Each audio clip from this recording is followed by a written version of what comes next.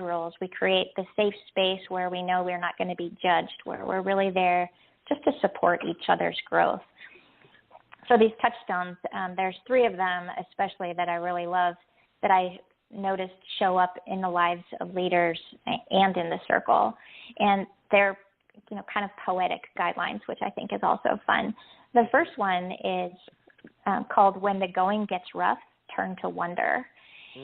And this is sort of a ground rule for how do we stay curious? How do we not go into a mental argument while we're talking with somebody or start judging someone, but just wonder if the conversation starts to get sticky, like, I wonder what's making this person react in a certain way, or I wonder what it is in their life that's causing some discontent right now or some kind of a reaction. But then another question is, I wonder what my reaction teaches me about myself. So it really lets us set aside judgment to listen to each other. Does that resonate with you? Absolutely. In fact, as you were talking, I was thinking about, a lot of my work is with leaders and leaders in all kinds of contexts and different ages. And I was just with a group of young people yesterday at one of our local high schools, and what was on their minds was equity and inclusion, and how do you have conversations that are difficult conversations to have with your peers about things that divide us. And that touchstone, turning to wonder, came to mind. And yes, so it makes perfect sense to me, Shelley. Yeah, and I think just that turning to wonder almost gives you this visual idea, too, of letting wonder and curiosity be in the room with you. And I like to have metaphors that helps me learn, and when I can visualize that helps. Another really fun practice for me is one called no fixing, saving, advising, or correcting each other.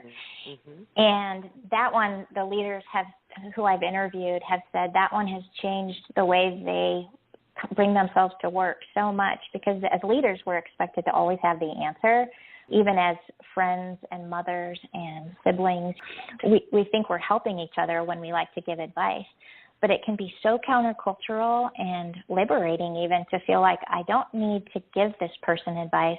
What I can do is help them tap into their own inner wisdom, and what a gift that is to somebody else. Yeah, and you mentioned that there are 3 touchstones that you like to talk about. We talked about turning to wonder and no fixing and saving and that. Is there another one that you'd like to talk about as well? Yes, because the first 2 really need to be paired with this third one, which is the practice of asking open, honest questions. And these are kind of questions that you couldn't possibly know the answer to. They're questions that help, again, tap into a person's inner knowing. We're helping somebody else tap into their inner resources. So what's a question that I could ask you that would generate more reflection and insight? So that's a way, it sounds like, of also paying attention and listening.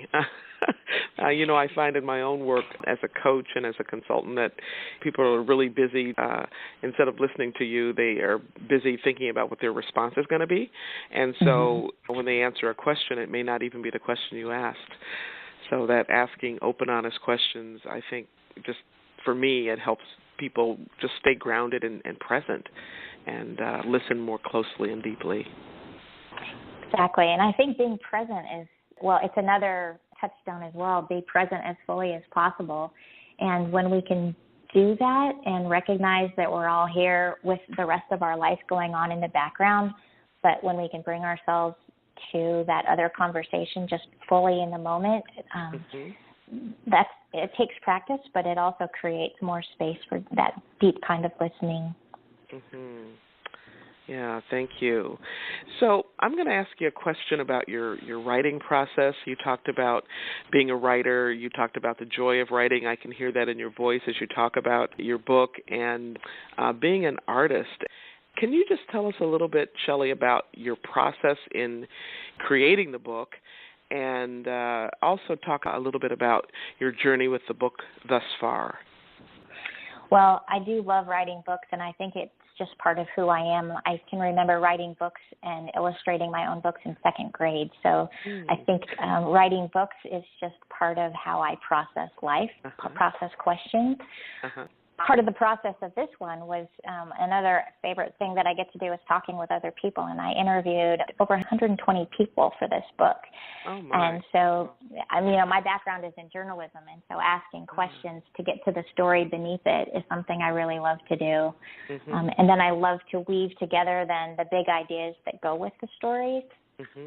An important part of my writing practice, though, is not just the interviewing, but it's writing by hand, doing my first drafts with a pen and paper in my journal, which I guess for me it feels like I'm tapping into another part of my brain, but I also feel like I'm having a conversation with myself that I can explore.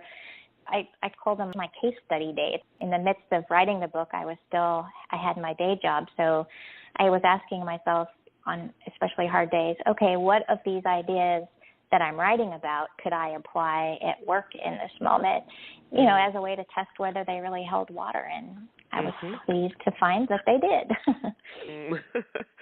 Wow, that's amazing that you interviewed so many people.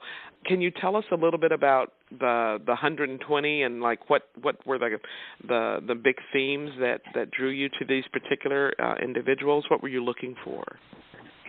Well, for this book, I was trying to hone in on how people are working in organizations or working in community to change not just their personal life, but the way that they work with other people, and if that shifts the way that their organizations can serve their purpose or their mission.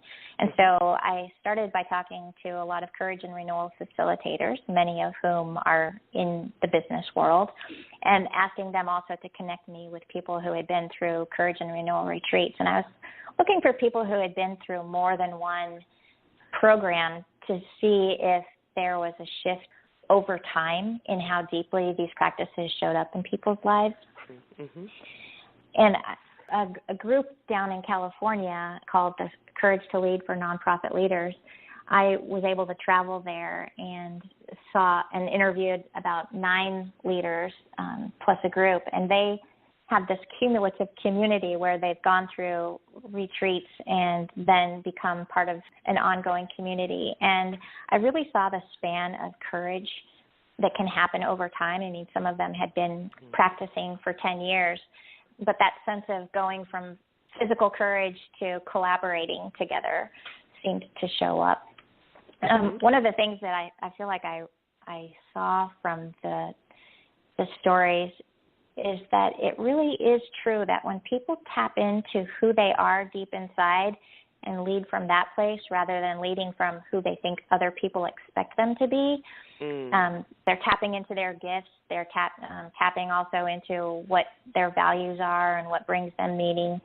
That there's something that seems like it clicks into place, and suddenly their organization seems to take off in a stronger way as well. So that was affirming and surprising almost at the same time. Wow. As I listen to you talk, you're making more transparent, if you will, the kind of work that I do and love to do. And I don't think about it in the same language necessarily, but it's just fascinating to hear you talk about this. And I want to just ask you another question. You've used the term Center for Courage and Renewal several times. That's obviously a place where you work. Could you tell our listeners what that means so that they get a little bit more robust idea of what that center does and what the word Center for Courage and Renewal actually mean for you? Sure. Well, we are both a small nonprofit organization, a 501c3. That means we're tackling problems that don't have an instant answer, but our primary product is to train facilitators who can then use this social technology called the Circle of Trust approach in their lives and in their work. So in a way, we say it's about the content and the books and the ideas. We're providing resources for people through our website, but our facilitators are really the ones who create the programs then that people can attend, whether that's through coaching or through organizational consulting or weekend retreats where people have time and space to get away from work.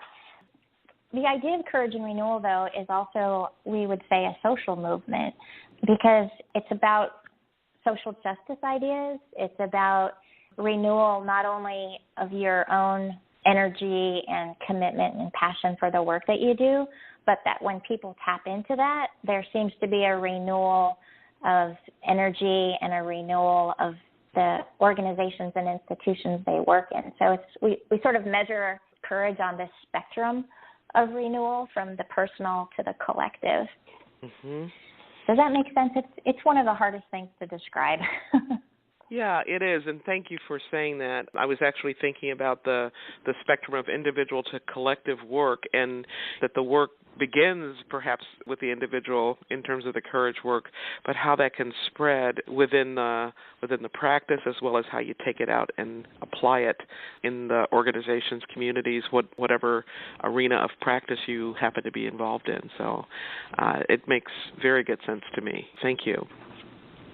Sure. So I'm going to go back to a question that I asked you before. I kind of knitted two questions together, but I would like to hear a little bit more about this one, and that is the building up of courage. We talk a lot about courageousness in our culture, and braveness and boldness and daring and all of that, but a lot of people, I'm going to say, they kind of back away from that. I know when I wrote a book about 10 years ago called Dare to Wear Your Soul on the Outside, people would say, "Oh my goodness, doesn't that hurt?" And what I would say to them is the alternative hurts a whole lot more when you don't step up and when you keep your voice tamped down. And so can you talk to us a little bit more, Shelley, about what does it take to build up your courage, especially in today's world?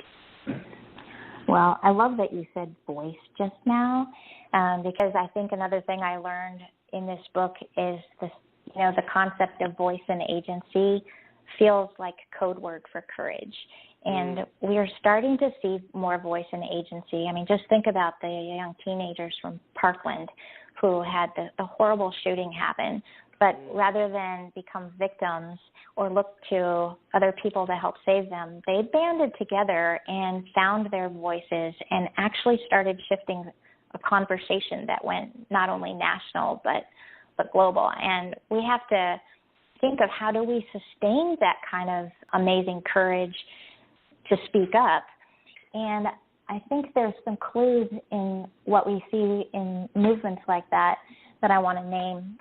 If we had a camera going on and I had a pen, I would take a pen and write these things on my 5 fingers, because I feel like I'm thinking of them as my courage quintessentials. These are the 5 things I think it boils down to, and how we create our courage. And the first one that I would write on my index finger would be true self. And by true self, I mean, how do we tap into that inner wisdom, that best part of ourselves in our heart, the person, the soul or the spirit of who we are. We might change as human beings, but there's still some essence of ourself that is our deepest wisdom. And courage, I think, is when we meet that true self. Those moments of courage that come out of the blue, maybe the physical courage or that sense of that thing, I can't not do this, I just have to do it. I think that's when we're meeting our soul. I think that's when our soul shows up. The second piece that I think it takes to create courage is trust. And the most important thing, so I'd be writing this on my middle finger, is we got to trust that true self. We have to learn how to trust our inner wisdom and our inner knowing. But the third one is that we need, on my finger I would write community. And by community, I mean we need to be able to trust in other people and build trust up. And when we have other people who can help support our growth as people, then we have a sense of we're in it together. I'm not alone. We can overcome isolation if we can have even one person. I mean, by community, I don't necessarily mean the neighborhood you live in or a large group of people. Community can be one other person who loves me enough and who I love enough to help each other grow. Those are the 3 main things that it takes to start growing your courage, but it also takes 2 key practices. And on my pinky, I would write the word paradox. And it's funny to think about paradox as a practice, but I really discovered this in writing the book, is that the leaders I interviewed had a capacity to overcome that sense of either or, black and white, polarized tensions, and they had a way of seeing it as a both and.